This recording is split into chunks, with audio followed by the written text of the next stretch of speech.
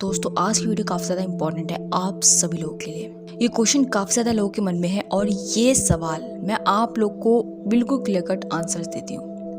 क्या कहा गया इस क्वेश्चन में साफ तौर पे कि if you skip your college between the year and now you want to continue what will you do. ये सवाल मेरे से एक बच्चे ने पूछा था। ठीक है, मैं आपको स्क्रीन पे शो कर देती हूँ उसका जो भी उसने मुझे बोला था।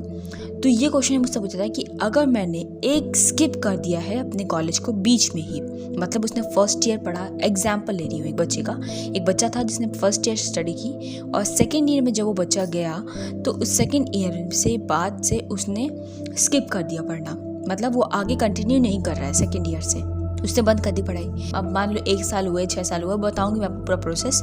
तो यहाँ पे अब वो चाह रहा है दोबारा से कि मैं यही चीज़ जो स्टडी कर रहा था वो दोबारा कंटिन्यू करना चाहता हूँ और उसी कॉलेज से करना चाहता हूँ। तो इसमें वो क्या कर सकता है, क्या एलिजिबिलिटी होगी, एवरीथिंग सब बताती हूँ। तो यहाँ पे देखो मैं स्टार्ट करती हूँ, फटाफट से आपको बताती हूँ। पहली चीज़, स्किप होने के काफ़ी रीजंस होंगे। पहले अपना स्किप होने का रीज़न आपको बिल्कुल क्लियर होना चाहिए। देखो स्किप होने के क्या क्या रीजंस होते हैं। स्किप होने का एक रीज़न हो सकता है कि मेडिकल इश्यूज़, ठीक है, मेडिकल इश्यूज होते हैं, फैमिली की प्रॉब्लम्स हो सकती है, मनी प्रॉब्लम्स हो सकती है, ठीक है, और इसके अलावा अपॉर्चुनिटीज़, मतलब आप लोगों ने इस तरीके से ये सोचा था कि यार मैं ये छोड़ देता हूँ, स्किप कर देता हूँ, मैं बीटेक कर लेता हूँ या मैं इस बीसीए को किसी और कॉलेज से कर लेता हूँ वगैरह वगैरह। बहुत क्वेश्चंस आ जाते हैं मन में। ये कारण हुए होंगे। इनमें से जो भी कारण है ना, उनका एक ही सॉल्यूशन है। चेक करो कि कितने आपको मंथ या ईयर हो चुके हैं। पहले क्लियरिटी करो, खुद देखो कि कब कितने टाइम हो चुका है आपको छोड़े हुए।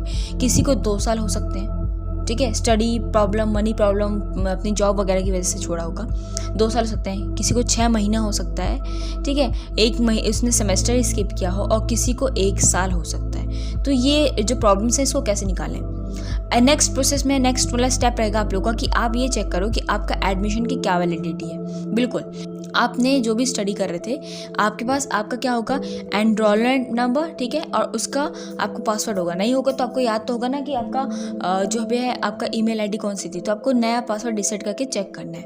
उसमें चेक करना है कि एडमिशन का आपका जो वैलिडिटी है वो कब ख़त्म हो रही है। जैसे मैं एग्जांपल लूँ कि अगर किसी बच्चे ने 2018 में एक प्रोग्राम को लिया था, मैं 20 को लेती, 2018 में उसने प्रोग्राम को लिया और प्रोग्राम 2018 किसमें, जुलाई वाले सेशन में स्टडी करना शुरू किया, ठीक है। तो ये अब क्या है, 3 साल का तो होता ही आपका ग्रेजुएशन का कोर्स है ना। 2018 से लेकर 2019 1 साल हुआ, 2019 से 2020 2 साल हुए, ठीक है। अब वो 21 में 3 साल हुए, ठीक है। और प्रोसेस का जो टाइमिंग होता है टोटल आपका जो मिलते हैं इसमें 6 साल मिलते हैं। बीसीए को कंप्लीट करने में 6 साल एक्स्ट्रा दिए जाते हैं।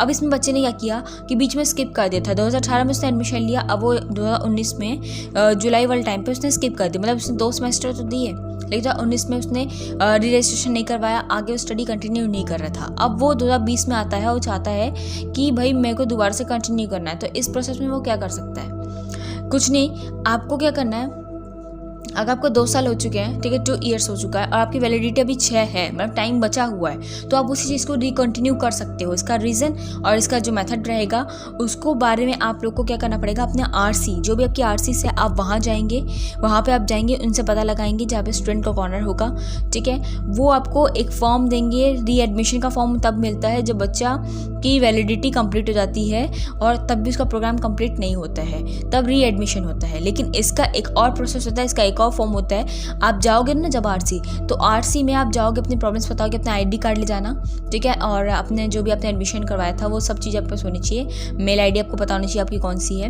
वहाँ जाओगे तो वो क्या होता है ना, जैसे बैंक का होता है ना, बैंक में आपकी जो है, बैंक में अगर अकाउंट को ना यूज़ करो तो बैंक फ्रीज हो जाता है, उसी तरीके से ये भी है। तो आप यूज़ नहीं कर रहे थे, आप 1 साल से नहीं काम कर, 2 साल से नहीं यूज़ हो रहे थे, या फिर आप 1 साल नहीं यूज़ किए उस चीज़ को, 6 महीने नहीं यूज़ किए, तो वो फ्रीज कर देता है। मतलब फ्रीज मतलब कि बच्चे को लग रहा है आगे कंटिन्यू नहीं करना है तो फ्रीज हो जाता है। आप दोबारा उसको स्टडी नहीं कर सकते, दोबारा रजिस्ट्रेशन नहीं कर सकते।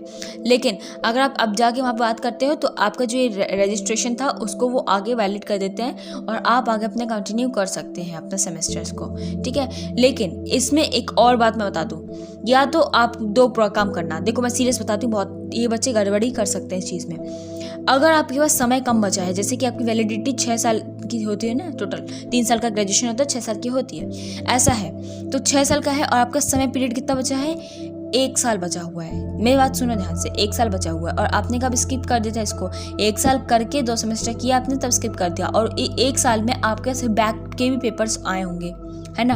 और आपको कितने साल कंप्लीट करने हैं, अभी 2 साल कंप्लीट करने हैं। तब इसमें देखो कोई फायदा मिल रहा है आपको, नहीं मिल रहा है। क्यों? क्योंकि आपका 1 साल बचा और 1 साल में आप कैसे 2 साल का पेपर दोगे, कोई भी यहाँ पे चारा नहीं हंसता है ना। तो इसलिए ये खराब रहेगा। आप वहाँ पे जाओगे आरसीएस पे तो आपको बताएंगे कि आपको करना क्या चाहिए, और नहीं होगा तो आपका ये एडमिशन वाला ख़त्म कर देंगे और दोबारा से री एडमिशन प्रोवाइड कर देंगे। आप दोबारा से अपने सेमेस्टर्स को फर्स्ट से लेके आगे तक कर सकते हैं, या जो भी प्रोसेस रहेगा अगर वो यहीं से कंटिन्यू करने को आपको कह देंगे, आपको बोलेंगे लास्ट में सारे पेपर इकट्ठा दे दो, तो वो आप पे डिपेंड करता है आप दे पाओ या ना दे पाओ। इसलिए मैं आपको बता रही हूँ कि आप री एडमिशन करवा लेना ऐसे पोजीशंस में, ठीक है। आपका ज़्यादा सेमेस्टर नहीं हुआ है करे हुए तो आप री एडमिशन करवा सकते हैं, आप उनसे बात कर सकते हैं। सीरियस बताऊँ आपको, आई होप ये सभी को डाउट क्लियर हो गया होगा। और हाँ, एक और इम्पॉर्टेंट बात सबसे लास्ट में, आपको वीडियो अच्छी लगी तो उसे लाइक कर देना और सभी फ्रेंड्स को ज़रूर शेयर कर दे जिनको ये प्रॉब्लम्स क्रिएट हो रही हैं।